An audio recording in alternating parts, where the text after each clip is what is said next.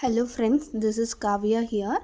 So இன்றைக்கி நம்மளோட வீடியோவில் என்ன பார்க்க போகிறோம் அப்படின்னு பார்த்தீங்கன்னா, standard 10th chapter 7 mensuration example 7.2 பார்க்க போகிறோம். ஓகேங்களா? ஸோ 7.2ல் என்ன கொடுத்துருக்காங்கன்னு பாருங்கள்.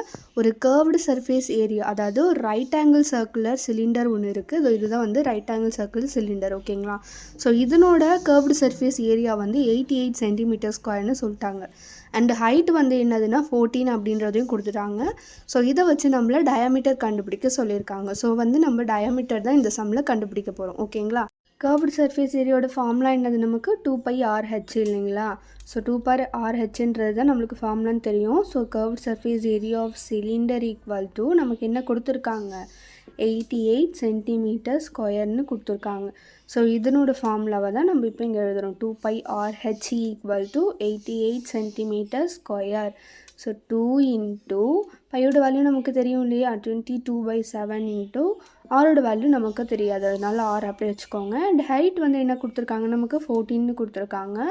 14 ஈக்குவல் டு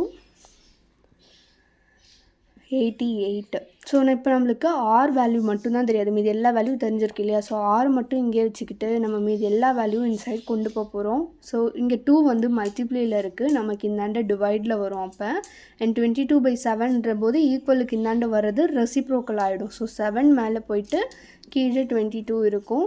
அண்ட் தென் 14 பார்த்திங்க அப்படின்னாலும் மல்டிப்ளேயில் இருக்குது. ஸோ அதுவுமே நமக்கு டிவைடில் வந்துடும். இப்போ இதை 7 டேபிளால் அடித்தோன்னா இது நமக்கு 2 டைம்ஸ் இல்லைங்களா?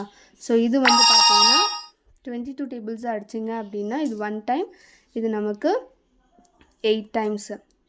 இது வந்து பார்த்திங்க அப்படின்னா 4 டைம்ஸ் நமக்கு வரும் 22 டேபிளால் அடித்தோம் அப்படின்னா. நெக்ஸ்ட் இங்கே இருக்க 2ஆல் இது கேன்சல் ஆகிடுச்சு அப்படின்னா நமக்கு ஆரோட வேல்யூ 1 சென்டிமீட்டர்னு இப்போ கிடைக்குது. டயாமீட்டர்னால் என்ன பண்ணுவோம், நம்ம ஆர் வேல்யூவோடு 2 மல்டிப்ளை பண்ணுவோம் இல்லையா? ஸோ ஆரோட வேல்யூ நமக்கு 1. ஸோ 1 × 2ன்னு போட்டோம் அப்படின்னா நம்மளுக்கு டயாமீட்டரோட வேல்யூ 2 சென்டிமீட்டர். ஸோ டயாமீட்டர் தான் நம்மளை கண்டுபிடிக்க சொல்லியிருந்தாங்க. ஸோ டயாமீட்டரோட வேல்யூ பார்த்திங்க அப்படின்னா 2 சென்டிமீட்டர். ஓகேங்களா? ஸோ இதுதான் வந்து எக்ஸாம்பிள் 7.2.